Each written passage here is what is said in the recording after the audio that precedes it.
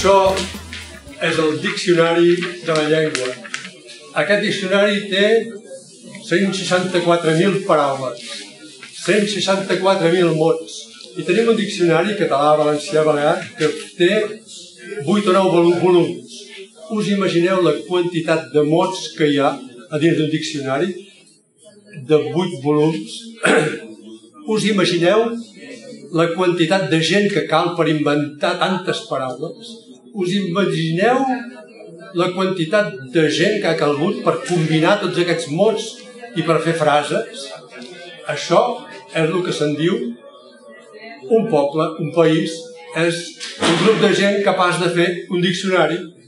Som un poble que ens agrada parlar, que ens agrada putonejar i que ens agrada la nostra llengua.